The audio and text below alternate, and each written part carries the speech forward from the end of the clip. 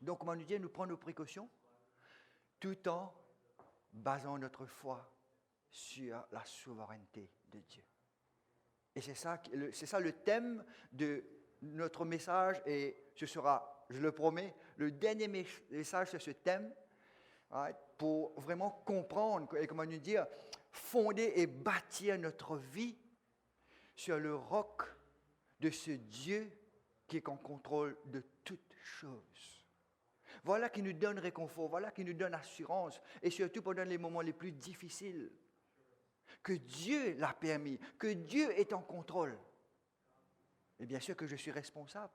Parce qu'aujourd'hui, on a beaucoup de chrétiens qui vous disent, dans les moments extraordinaires, quand nous peut suivre sur la plus grande vague, Dieu est en contrôle. Mais quand nous passe à travers les moments les plus difficiles, c'est le diable, c'est le mal qui est en contrôle.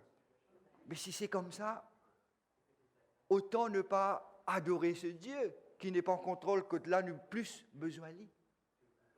Mais comme nous avons vu pendant ces quelques semaines, Dieu reste le Dieu souverain. Ultimement, c'est lui qui permet toutes choses qui passent. Sinon, il ne serait pas Dieu. Même si nous pouvons concevoir dans notre tête le fait que oui, c'est lui qui contrôle tout, et nous sommes tout à fait responsables de tous nos actes, même s'il est difficile à concevoir, nous sommes appelés d'être croyants, qui veut dire croire de ce que la parole de Dieu nous dit. Et surtout quand nous voyons ces deux vérités citées dans le même verset. Donc c'est ça qui nous pour continuer, regarder aujourd'hui et nous pour terminer avec maintenant, nous avons vu pendant ces quelques semaines la souveraineté de Dieu. Et là nous allons voir la responsabilité de l'homme, que nous sommes tout à fait responsables de tous nos actes. Nous pas comment nous demande politiciens dire, qui se dit, pas moi ça, lis ça. Je connais que je ne regarde ça de notre premier parent, Adam. Pas moi ça. Même accuse Dieu, mais toi ça, la femme que tu as mis à mes côtés. N'est-ce pas? Et la femme qui dit, Laetitia, ce qu'on est dangereux, pas moi ça. Qui c'est? Le serpent. Lis ça, le serpent ça. Donc voilà les deux vérités que nous allons voir encore. Et surtout, vous êtes, c'est en toute humilité, nous prosterner, nous bow down devant Dieu et sa parole. Et c'est ça qui fait de nous, les protestants, que nous mettons là, au centre de notre culte, Dieu et sa parole, en obéissant et en nous soumettant totalement à ce qu'il nous dit dans sa parole. Prions. Notre Dieu, notre Père, notre Seigneur, encore une fois, merci. Merci pour ce moment béni, pour ce moment que toi, tu nous as accordé, avec cette bonne santé que tu nous as donnée, avec cette nouvelle semaine qui s'ouvre devant nous pour être présent là. Nous savons que rien ne se passe par chance, par malchance, par hasard, mais Seigneur, c'est tout selon ta providence. C'est tout ce que toi, tu as décrété. Tout en nous avons fait un choix pour être là, pour être présent, pour écouter à ta parole, pour être instruit par cette parole, Seigneur. Alors, nous te prions, par l'aide de ton Saint-Esprit, à venir faire, Seigneur, cette œuvre miraculeuse de notre vie. Non seulement de la prédication de cette parole, qui est notre autorité, notre seule autorité, mais aussi dans l'écoute de cette parole, pour tous ceux qui sont présents là aujourd'hui. Ouvre leurs yeux spirituels, ouvre leurs oreilles spirituelles, afin qu'ils non seulement entendent, mais entendent et comprennent. Afin qu'ils aient des oreilles pour entendre, des yeux pour te voir comme ce Dieu de beauté, de Dieu, ce Dieu de majesté, ce Dieu de gloire. Et aussi avoir un cœur transformé, régénéré, pour vraiment dire et prophétiser que Christ est mon Seigneur et mon Sauveur. Il n'y a que toi qui puisses faire ce miracle, mais cela au moyen de nous, de nos prières, de notre proclamation de l'Évangile, de tout ce que nous allons faire, du début jusqu'à la fin de ce culte, Seigneur. Que toi, à travers notre instrumentation, nous comme serviteurs, nous comme ministres, tu fais ton œuvre dans la vie de tout un chacun, selon les besoins personnels que toi tu connais, à transformer des cœurs, à sanctifier des cœurs, à encourager des cœurs, à instruire les cœurs, quels que soient les besoins de notre cœur, Seigneur. Parle à chacun d'entre nous personnellement. Et cela pour la gloire de ton Saint-Nom et pour le bien de tous ceux présents ici. C'est dans le nom de Jésus-Christ que nous te prions. Amen. Amen. Donc, comme nous avons vu la première partie de ce passage, de ce psaume de Salomon, unless, si l'Éternel ne bâtit la maison, les bâtisseurs travaillent en vain. Donc, nous, les bâtisseurs, tout comme on disait, quel que soit, nous avons vu les projets que nous entreprenons. N'est-ce pas? Quelle que soit la protection que nous avons offerte à une cité, à notre maison, à notre famille. Quelle que soit la provision que nous voulons donner à tous ceux qui sont autour de nous, dépendants de nous. Quel que soit le parenting, la façon que nous élevons nos enfants. Eh bien, si, unless le Seigneur ne bénisse, ce serait en vain. Donc, vous voyez, il y a ces deux vérités juxtaposées l'un à côté de l'autre. Nous sommes responsables à élever nos enfants, à faire nos projets, à étudier si nous sommes étudiants, si nous sommes des enfants, à honorer, respecter nos parents, si nous sommes des employés, des employeurs, à assumer nos responsabilités. Mais en fin du compte, à la fin du jour, quoi? Whatever be le résultat, les conséquences, the outcome de tout ce que nous entreprenons, qu'est-ce que nous disons? Que la volonté de Dieu soit faite. N'est-ce pas? Sinon, ce serait en vain. Comme un exemple, comme on nous regardait la semaine dernière, des personnes qui travaillent aussi dur que nous, mais je ne peux pas prospérer, je ne peux pas faire aucun progrès. Travaille dur, comment nous dire, lève tôt le matin, elle dormit tard le soir. Et pourtant, pas de progrès. Ou même si je fais quelques progrès, et bouf, une dépense extraordinaire qui est arrivée, et voilà tout l'argent économisé, il nage dans cette dépense. Mais pourtant, nous trouvons d'autres, même si je passe chrétien dans le monde, peut bénir, peut prospérer.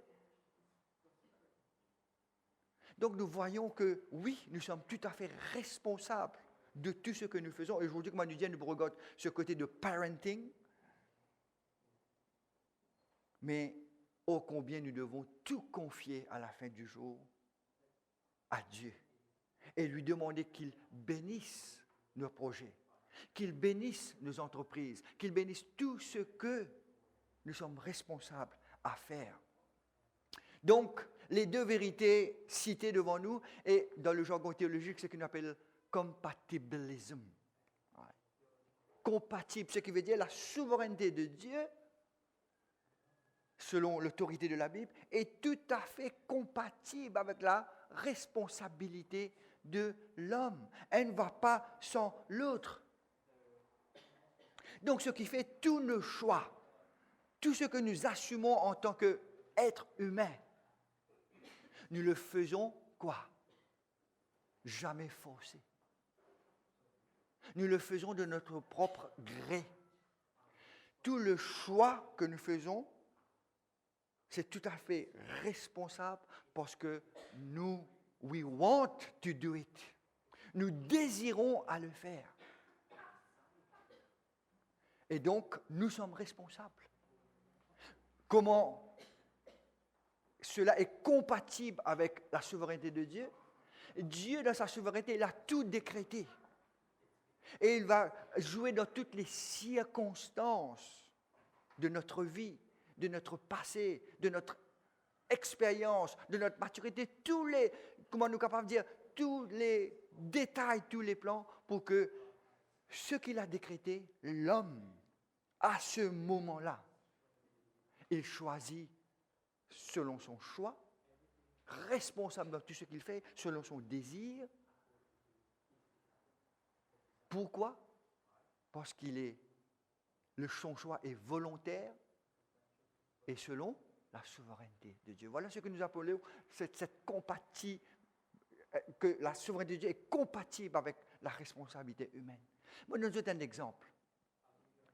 Combien de fois on entend des chrétiens devant leurs persécuteurs mettre à genoux un revolver à la tempe, dire « Reniez Jésus ».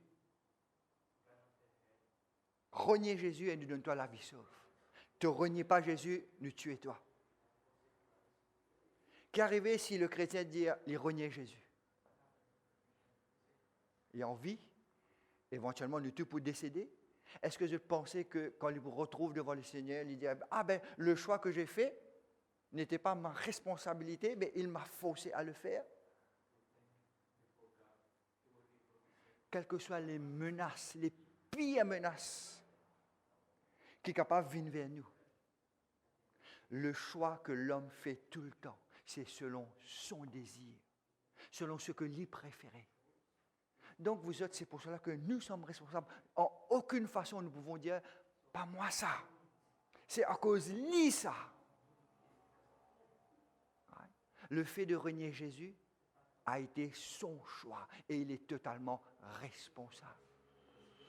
Il ne peut dire à Dieu un jour, c'est à cause de mon persécuteur, il met un revolver auprès de ma tante et j'ai choisi cela. J'ai été forcé à choisir. Non. Donc c'est pour ça que nous disons, tout homme, le choix, la responsabilité est la sienne, parce que le choix qu'il fait, c'est selon ce qu'il trouvait à ce moment-là, ce que son cœur désirait. Et à ce moment-là, ce apostat, celui qui ne reniait la foi, il désirait quoi? Sa vie plus, son bien-être plus que Christ Jésus. Vous voyez la différence? Donc, et c'est ça qui acquitte nous, c'est ça qui libère notre conscience. Même dans le bon sens ou dans le mauvais sens. Il n'y a personne qui est capable de dire nous, hey, mon père, sous la menace, tu as besoin de faire ça à cause, voilà qui peut arriver. Non. Nous sommes responsables de nos choix et notre choix, notre responsabilité là, qui est compatible à la souveraineté de Dieu, même s'il détermine toutes choses, nous sommes responsables. D'ailleurs, c'est ça la définition de la souveraineté de Dieu. Il fait ce qu'il veut. Psaume 115, Psaume 135, dans les cieux, sur la terre, dans les mers et dans les profondeurs. Et il n'y a nul qui peut lui dire, que fais-tu? Voilà la souveraineté de Dieu. Il a tout déterminé, il a tout décrété dans l'éternité passée. Et tout ce qu'il a décrété will happen in time. Exactement. Comment nous dire, notre destinée est entre ses mains. Mais en aucune façon on appelle ça, comment on veut dire, déterminisme. En aucune façon on nous chante, comment nous dire, que sera, alors nous crasons les bois. Comment nous dire, si un étudiant dit, moi, mon crois de la souveraineté de Dieu, que sera, les vous gagnez des résultats. Qui les vous gagnez? Que des F. Fais-les en tout. Fais-le. Voilà. Et d'ailleurs, nous regardons ça, le proverbe de nous, Thessaloniciens de nous, si nous avons envie de croiser le mot, être oisif, mais attendre à la pauvreté. Voilà cette compatibilité entre Dieu, sa souveraineté, et l'homme, sa responsabilité. Et là, dans le verset 3 à 5, comment nous dire, en ce qui concerne comment élever la famille, même s'il n'est pas dit unless, si l'Éternel nous bénisse, tout ce que nous faisons en tant que couple, en tant que famille, ce serait en vain, c'est appliqué. Parce que ça se trouve dans le verset, dans le psaume 127. Right? Et voici ce qu'il nous dit. Voici, des fils sont, quand il y a des fils, pas bien sûr les filles, right? Nous pas comme les Chinois communistes pour dire, nous besoin seulement garçons. Right? Des fils et des filles sont un héritage, les enfants sont un héritage de l'Éternel. Le fruit des entrailles est une récompense. Et là, il fait une analogie, une illustration de plus extraordinaire, comme les flèches dans la main de guerrier. Ainsi sont les fils de la jeunesse. Heureux l'homme, béni l'homme qui a rempli son carquois, l'étui où l'archer mettait ses flèches. Ils ne seront pas confus quand ils parleront avec des ennemis à la porte. Il est bon qu'il nous prendre cette illustration dans le contexte de la responsabilité de l'homme. Il y a tant d'applications que nous sommes capables de mettre dedans, mais ce qui demande, voilà, même s'il ne pas dire « unless the Lord bless our family », tout ce que nous allons faire en tant que mari et femme, papa et maman serait en vain. Ça s'applique dedans. Oui, nous sommes tout à fait responsables en tant que parents d'élever nos enfants dans la crainte de l'Éternel, de la discipline et l'instruction de l'Éternel selon sa parole. Et éventuellement, comment nous dire, the outcome. Nous devons lire the outcome de leur vie, de leur carrière, quelle que soit familiale, éventuellement leur avenir entre les mains de Dieu. Mais une chose qu'il faut comprendre, il y a le fruit des entrailles, c'est-à-dire mes enfants, est une récompense. Libon qui nous explique cela. Récompense. Quand nous parlons de récompense, au fait là, le mot hébreu veut dire wages, un salaire. C'est que ce qui veut dire quoi? Que somewhere, nous sommes capables de comprendre comme nous méritons. En tant qu'un couple, nous méritons des enfants. Vous êtes, c'est ce qu'on appelle, sous l'Ancienne Alliance, et comme toutes les autres religions que nous connaissons, sauf le christianisme, c'est une religion de quoi? De bonnes œuvres. En sommet, en résumé, comment ça se décrit? Toi, homme, fais ceci, et Dieu pour récompense toi. Obéis, et Dieu pour bénir toi.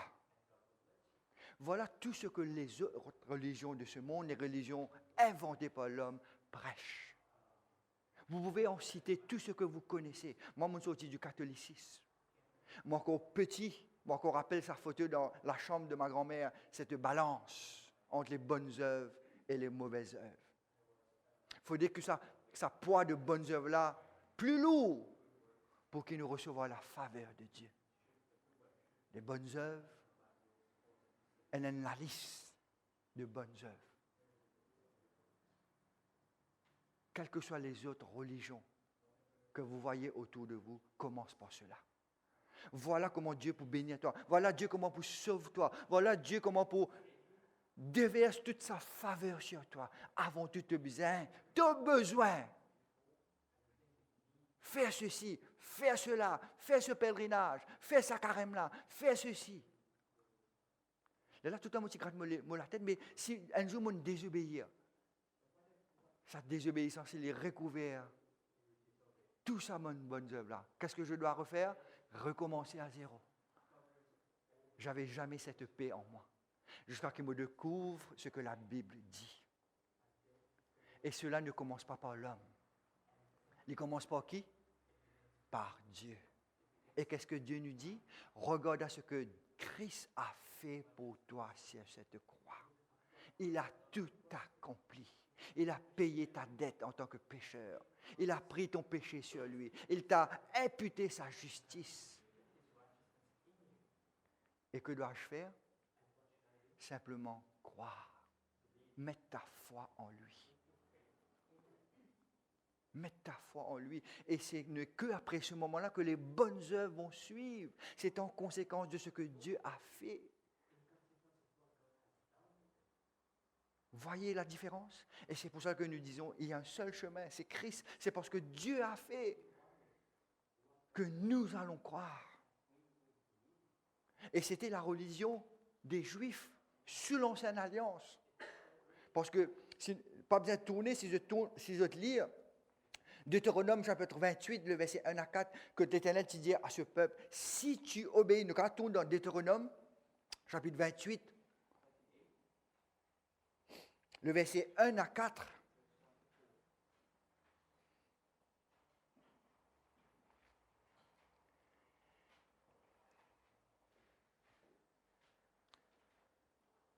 C'est bon, Kiran? Deutéronome 28, 1 à 4. Si, Voilà toutes les religions des œuvres, de bonnes œuvres, comment ça se commence. Si par une condition, comment dire, c'est conditionnel. Si tu obéis à la voix de l'Éternel ton Dieu en observant et en mettant en pratique tous ces commandements que je te prescris aujourd'hui, l'Éternel ton Dieu te donnera la supériorité sur toutes les nations de la terre. Voici toutes les bénédictions qui se répandront sur toi et qui seront ton partage lorsque tu obéiras à la voix de l'Éternel ton Dieu. Tu seras béni dans la ville, tu seras béni dans les champs.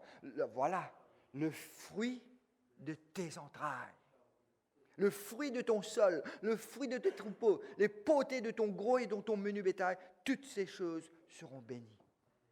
Si nous mal interprétons cela, si nous pas interprétons l'ancienne alliance à la lumière de la nouvelle que Christ, que tout est centré sur Christ, je connais quoi? Nous pouvons faire pareil comme un temps d'église chrétienne aujourd'hui. Nous pouvons chercher un grand BMW, nous pouvons chercher un grand palais, nous pouvons mettre un grand costume gravé d'or, et nous pouvons dire, voilà, le Seigneur pour bénir si nous obéir et m'obéir. Et vous savez qu'est-ce qui se passe quand nous obéissons? Quand ils obéissent et le Seigneur nous bénisse, qualité de Dieu ça. Ou sinon nous trouvons le manquement dans la foi des fidèles. Mais nous savons et nous réalisons quand nous prenons ce passage à la lumière de ce que Christ a fait, c'est simplement cela. Grâce. Amen. It's all by grace. Si le Seigneur ne nous a pas bénis de notre homme intérieur, de notre aide, de ce que nous sommes, de ce que nous avons, de tout ce qui nous entoure, notre famille, nos enfants, tonton, tati, tout ce qui nous est capable de penser, de notre maison, de ce qui se trouve dans la maison, eh bien, si le Seigneur ne nous a pas bénis, ce serait tous en vain. Absolument en vain. Parce que comment nous dire, pour un petit fait que prier, il est le Créateur. Nous sommes la création, nous sommes sa créature. Alors, vous autres, regardez ce que Romains, chapitre 11, quand nous lisons ça bien souvent, qui lui a donné le premier pour qu'il ait à recevoir en retour. Ah, mais Seigneur, me donne-toi ça. Tu as besoin de retourne-moi un petit peu plus. La question là, la réponse est personne n'a donné Dieu en premier pour que Dieu doit nous retourner en retour. Nous sommes totalement dépendants de lui. Et les peines pour dire nous n'en rien. Il est Dieu. Il est créateur. S'il a envie de nous bénir, merci Seigneur. Si pas des bénédictions qui bien souvent nous trouvent, qui soutiennent nous, ben nous savons que nous, en tant que chrétiens, toutes choses concourent à notre bien. Ou même tourner dans Job, vous êtes tourné dans Job, chapitre 41. Vous connaissez Job chapitre 41, c'est à la fin de Job que il commence à comprendre la souveraineté de Dieu dans sa vie. Je connais l'histoire de Job, après que Dieu a pris toute sa famille, tous ses enfants, sa prospérité, sa maison, sa santé. Après les mauvais conseils de ses amis.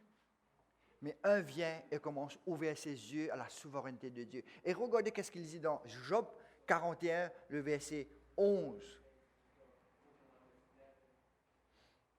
Bien sûr, ce n'est pas lui, c'est Dieu qui dit. De qui suis-je le débiteur? Je le paierai. C'est exactement la même pensée de Romains. De qui suis-je le débiteur? Je le paierai. En anglais, dire Who has given me first, that I should repay him. Et quelle est la réponse? Qui c'est qui peut lire? Tout ce qui se trouve sous les cieux m'appartient. C'est extraordinaire comment la parole de Dieu est vraie. Tout ce qui se trouve ici-bas bien souvent on nous dit, c'est ma famille, c'est ma voiture, c'est ma maison. Vrai ou pas vrai? Eh bien, si Dieu ne nous a pas donné ma famille, ce serait en vain. Et comme on dit, nous sommes simplement des stewards. Nous sommes simplement des serviteurs, des instruments, des managers de tout ce que Dieu nous a donné, à commencer par la vie qu'il nous a donnée, les talents qu'il nous a donnés, les dons qu'il nous a donnés. Et je fais cette liste, la famille, les choses. Eh bien, je suis là à gérer tout ce qui lui appartient. Parce qu'éventuellement, c'est à lui que je dois rendre compte. Et cela a commencé par notre vie et notre famille. Et c'est pour cela que nous dire, quelle que soit notre situation, en tant que couple, avoir des enfants ou ne pas avoir des enfants, c'est une bénédiction de Dieu. Parce qu'il n'est pas obligé de nous donner des enfants. N'est-ce pas? Et whatever, quelle que soit la situation de notre vie, nous sommes capables de dire que quoi? Toute chose concourt à notre bien. Peut-être nous par contre trouvons tout le puzzle. Right? Nous trouvons un couple qui pas d'enfants. Moi là, je ne peux pas l'entendre de chrétien. Waouh! Qu'ils puissent voir que plus de temps pour consacrer à Dieu, plus de temps pour consacrer à l'Église. Right? Comment nous connaissons, il y a 4 enfants, de mon jour là. Pas chose facile. Si tu peux demander nous, notre target c'était avoir 2. Nous avons 4. Double blessing? Non, c'est Dieu qui a voulu. Et c'est pour ça que nous dit à la fin de compte, tout ce que nous devons faire en tant que parents, nous sommes responsables de les élever, quel que soit l'outcome de leur vie. Et Dieu ne va pas nous juger. Ah, maman, Stacy, une premier ministre de Maurice. Ah, là, tu as une bénédiction. Non. Du moment que les parents, devant Dieu, ont dit, voilà, j'ai assumé pleinement ma responsabilité. Mon élève, the best that I can, dans la crainte de l'Éternel, dans la discipline de l'Éternel. Wow! Si Dieu décide de sauver nos enfants ou pas, si Dieu veut les faire premier ministre ou les pires rebelles qu'il nous connaît, His will be done. Parce qu'il n'est pas dire, certains enfants, it's a blessing. Il faut juste arriver dans la vie. Là, c'est un blessing. Qu'est-ce que lui dire? Les fils, les enfants sont une bénédiction. Donc, voilà notre responsabilité. Et voilà votre responsabilité que les enfants. Nous, en tant que parents, nous avons cette grande responsabilité de les préparer, de faire tout ce que nous savons selon la parole, à les élever dans la crainte de l'Éternel, selon l'instruction que le Seigneur nous a donnée. Parce que nous pensons, it's best. Là, si je regarde les valeurs aujourd'hui, je veux dire que le monde aujourd'hui, un petit bébé né, un petit fille né, qu'il vous mettez sur l'acte de naissance? Pas femelle. Laisse-moi attendre. Quand Lily vous décidez, est-ce qu'il a envie de faire les femelles, male? Dans 5 ans, il changer, il rêve une femelle. 5 ans, il rêve une male. Quels que soient les genres. Voilà où nous allons. Si nous ne suivons pas l'instruction du Seigneur. C'est terrible. Mais nous, en tant que parents chrétiens, nous sommes responsables de les donner ces valeurs chrétiennes que le Seigneur nous a données dans sa parole. Donc vous êtes, quel que soit le nombre de nos enfants ou rien, nous sommes responsables. Responsables. Et là, il donne cette allusion de cet archer. Ouais. Comment vous dire, là, nous pouvons regarder sous l'illustration, sous la responsabilité de l'homme. Il ne faut pas nous dire, il remplit son camp quoi. Fait dire, moi, pas dans un concours comme une flèche, si quand même été 25 flèches, alors nous tu besoin dans 25 enfants. Non, pas du tout. Ouais. Mais simplement pour illustrer selon la responsabilité de l'homme. Et moi, capable, cause dessus parce que, l'étant bien jeune, moi, tu commences initialement à archery. Et moi, capable de dire, aujourd'hui, c'est un arc avec une flèche, ce sont des choses les plus sophistiquées qu'il y en a. Mais à l'époque, c'était basique. N'est-ce pas? Une flèche comportée de quoi? Ce qu'on appelle le fût. Et bien souvent, je connais quoi? C'était fait avec le bois de cèdre qui était rempli en Israël. Eh bien, l'archer devait s'assurer que ce bois, vous ne pouvez pas l'étirer. Vous avez déjà trouvé une flèche comme ça? C'est droit.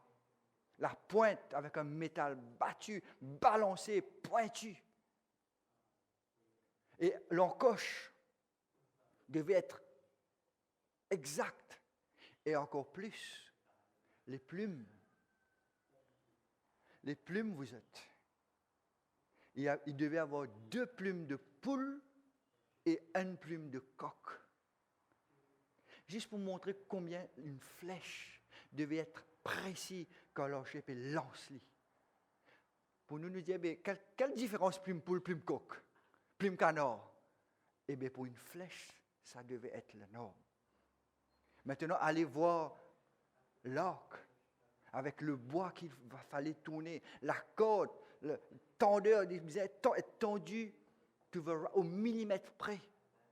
Parce que l'archer, dans la guerre à cette époque-là, il devait avoir le maximum de flèches à sa portée. Et lorsque les ennemis venaient, c'était de loin. Un petit peu comme nous trouvait la mort d'Akab. Si c'était de loin, il devait savoir quelle distance, combien tendre, quel angle, pour capable lâche, pour atteindre plus ou moins, grosso modo, l'armée adverse. Mais au fur et à mesure que l'ennemi vient, là, il devient plus précis. Tout cela pour vous dire que l'archer était responsable. Quand il allait à la guerre, il était responsable de s'assurer que ses armes étaient well préparées pour faire face à l'ennemi. On applique ça pour nous en tant que parents. Nous devons nous assurer, nous devons prendre cette responsabilité de faire de sorte que nous donnons nos enfants. Nous gâtons, nous spoilons, n'est-ce pas? Bien sûr que non. C'est ça que nous voyons aujourd'hui. Ah, bien souvent, en tant que parents, nous réagissons comme ça. Bon, pas de gain ça, moi donne-les. Non. Comme l'archer nous fait de sorte que quand nous payons l'autre, il n'y a pas beaucoup de gens qui cassent la livre.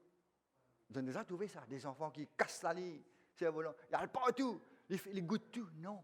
Quand nous payons l'autre, la flèche, c'est avec un but précis. C'est qu'ils vont se servir de leur vie pour la gloire de Dieu. Gloire à Dieu. Gloire à Dieu.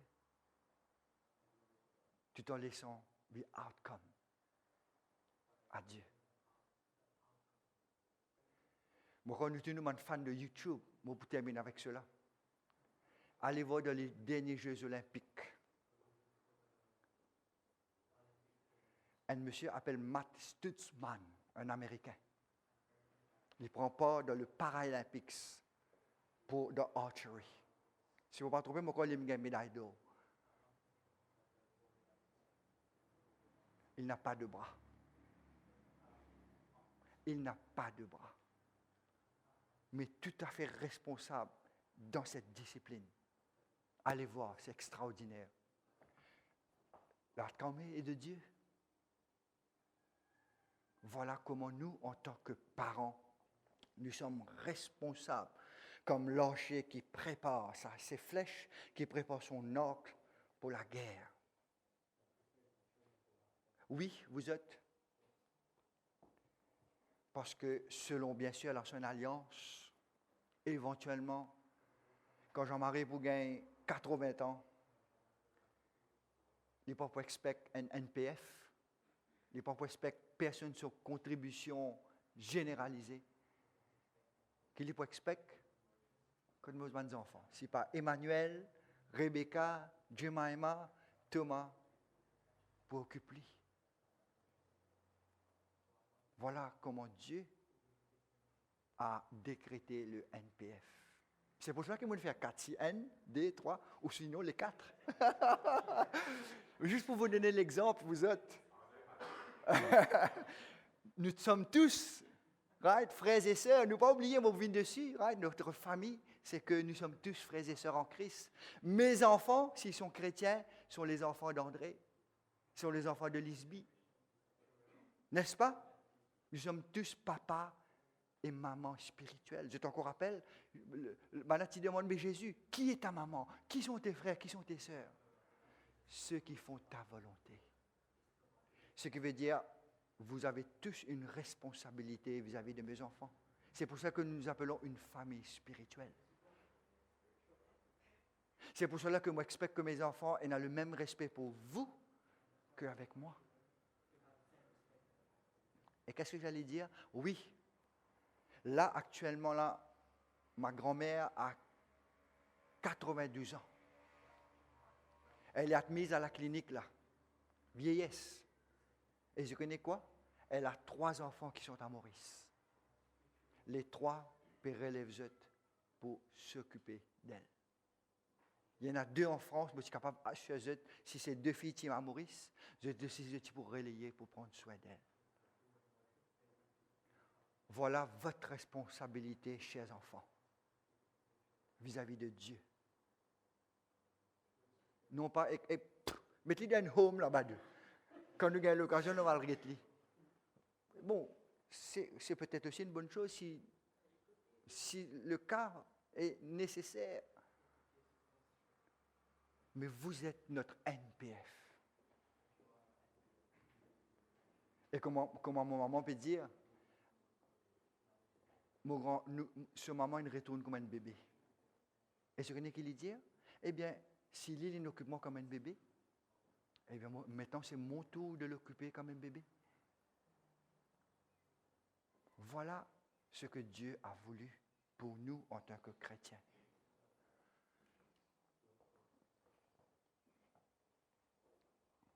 Voilà. Ça, c'était le premier point. C'est ce qu'on appelle la souveraineté de Dieu est compatible avec la responsabilité de l'homme.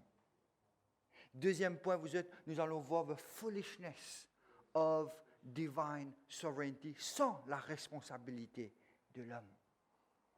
Et d'ailleurs, de notre propre expérience, nous trouvons que ça ne tient pas.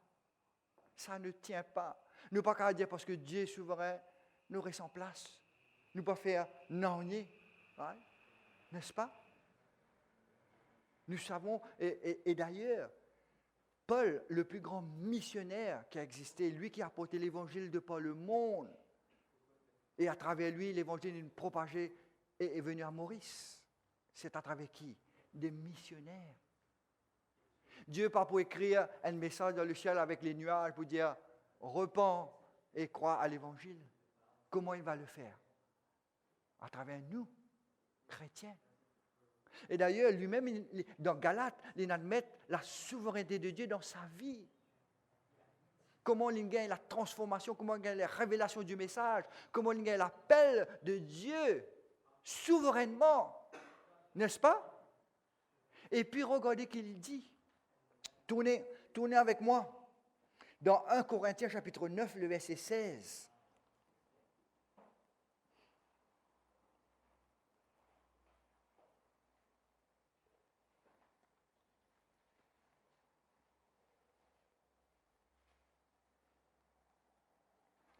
« 1 Corinthiens chapitre 9, le verset 16. « Si j'annonce l'Évangile, ce n'est pas pour moi un sujet de gloire. » Je connais pourquoi? Parce que le message ne vient pas de moi, la force ne vient pas de moi, l'appel ne vient pas de moi, rien n'est de moi, tout est de Dieu, même ne serait-ce car la nécessité m'en est imposée, la responsabilité m'en est imposée et malheur à moi si je n'annonce pas l'Évangile.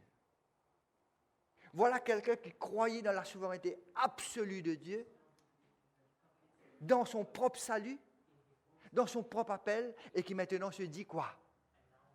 I am obliged. La nécessité m'en est donnée, m'en est imposée, pour que maintenant je prêche l'Évangile.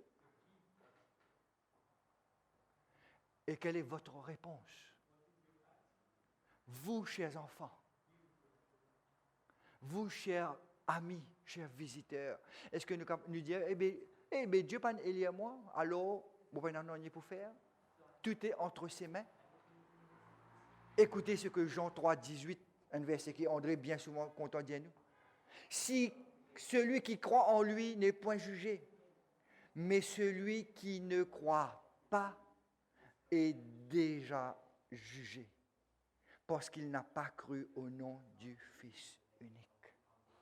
Parce qu'il n'a pas cru, c'est votre responsabilité de mettre votre foi, de vous repentir de tous vos idoles et mettre votre foi en Christ.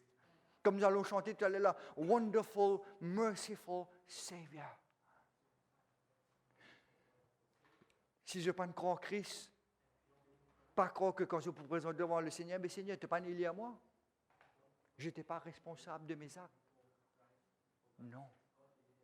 Non, pas du tout. Celui qui ne croit pas sera jugé. Vous êtes totalement responsable de ce que vous allez faire avec Christ. Voilà ce qui fait toute la différence. C'est parce que lui, il a tout fait, tout accompli, c'est cette croix. Alors, votre devoir, c'est simplement de croire. De croire, de mettre votre foi en lui. Ou sinon, comment moi te rappeler bien souvent par un frère dans Proverbes chapitre 30, le verset 7 à 9. Tournez avec moi dans Proverbes chapitre 30, verset 7 à 9. Écoute, il dit, je demande deux choses au Seigneur. Je te demande deux choses. Voilà une sincérité, une honnêteté, une humilité des plus terribles. Ne me les refuse pas avant que je meure. Premièrement, regardez ô combien nos politiciens bien suivent ce principe. Éloigne de moi la fausseté et la parole mensongère. Et puis deuxième, ne me donne, regardez voilà, ne me donne ni pauvreté, ni richesse. Waouh! Accorde-moi le pain qui m'est nécessaire. De peur que quoi? Dans l'abondance, je te renie. Et dans la pauvreté, je ne dérobe, je ne vole et m'attaque au nom de mon Dieu. Parce que bien souvent, quand nous rentrons dans l'abondance, nous avons tendance quoi? À ne pas dépendre de Dieu. Et nous dire, waouh, Dieu est béni, Dieu est souverain. Nous croisons les bras. Et quelle sincérité, même si dans la pauvreté, la tentation sera plus forte d'aller voler. Mais Seigneur, donne-moi, que ce soit notre requête, seulement ce qui m'est nécessaire. Nous sommes capables d'amasser des millions et des millions. Même si nous brûlons dans nos cercueils, nous avons tout ce qui a été maison en papier, ça ne va nous servir à rien. Mais vivre une vie simple, selon Dieu. Ou même, on peut lire ça dans Ézéchiel. Je connais bien souvent quand nous parlons de Sodome et Gomorrhe, nous avons tendance à croire, le péché était justement cette immoralité sexuelle. Oui, c'est vrai. Mais regardez ce que Ézéchiel, dans le chapitre 16, verset 49, nous dit. Ézéchiel, chapitre 16, verset 49. Voici quel a été le crime de Sodome. Ta sœur, elle avait de l'orgueil. Elle vivait dans l'abondance et dans une insouciante sécurité. Elle et ses filles, et malgré cela, elle ne soutenait pas la main du malheureux et de l'indigent. Voilà ce qui s'arrive si nous disons l'homme n'est pas responsable. Et surtout si le Seigneur peut bénir Élie, dans l'abondance, une insouciante sécurité.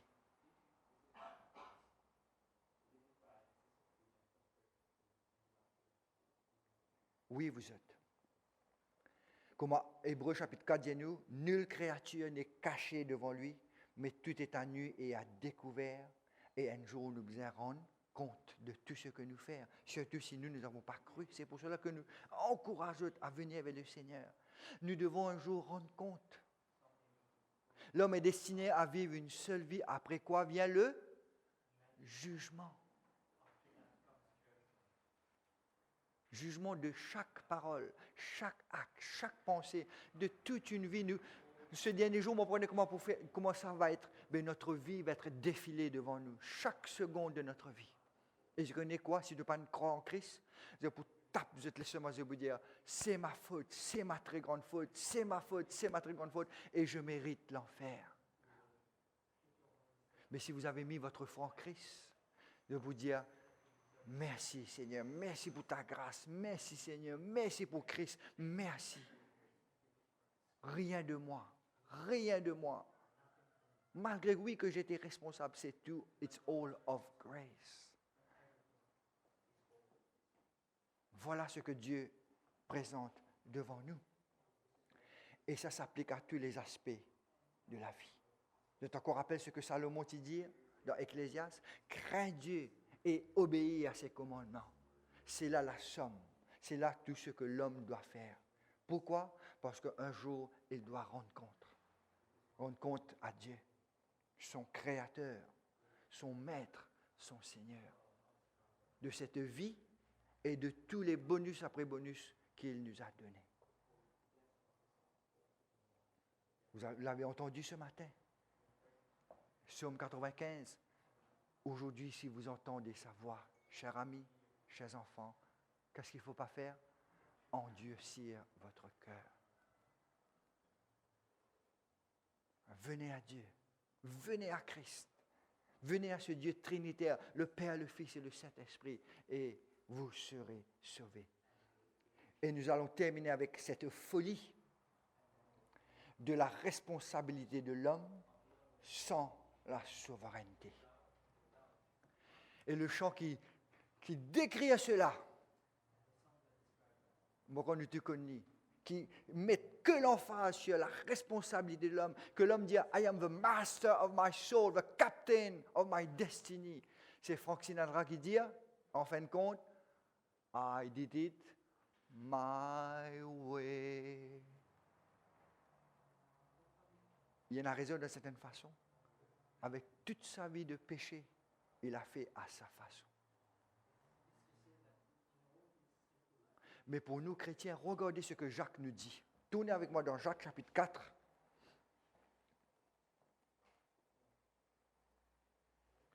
Et comment nous pouvons entreprendre nos projets, quels que soient les projets de notre vie. Jacques 4, le verset 13 à 16.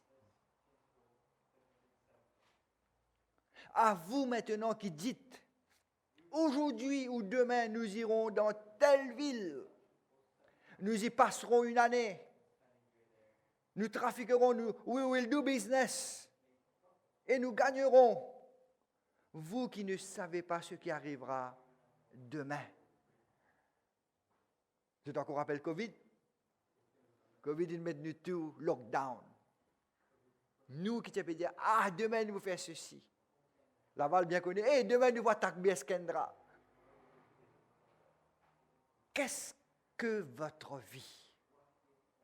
Vous êtes une vapeur qui paraît pour un peu de temps et qui ensuite disparaît. Mon Dieu, nous tenons une bouille de le nom, vapeur montée, avant qu'il touche plafond, vapeur à côté. C'est votre vie, c'est ma vie. Vous devriez dire au contraire, si Dieu le veut, nous ferons ceci. Si Dieu le veut, nous ferons cela. Et regardez qu'est-ce qu'il dit dans le verset 16. Mais maintenant, vous glorifiez dans vos pensées orgueilleuses, tout comme Sodome. Et qu'est-ce qu'il dit? Cette chose mauvaise que de se glorifier. C'est une chose mauvaise que de se glorifier de sorte. L'anglais dit « All such boasting is evil ». all such boasting is evil. Ce qui semblerait normal pour le monde dehors. Et nous pouvons faire ceci.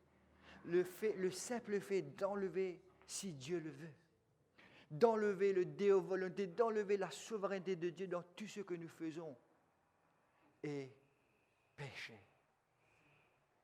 Voilà cette folie de croire dans la responsabilité de l'homme sans la souveraineté de Dieu. C'est péché. C'est de l'orgueil. C'est de l'arrogance. Je te rappelle le roi Nebuchadnezzar. Je te rappelle Pilate, Hérode. Et regardez tous ces hommes politiques, tous ces chefs d'État qui croient qu'ils sont maîtres de leur vie. Ils sont souverains. It's evil. It's evil. Mais par contre, vous êtes, quel que doit être notre temps de choses, quelle que doit être notre attitude, laisse-nous tourner dans le dernier passage. 1 Corinthiens chapitre 4, versets 6 à 7.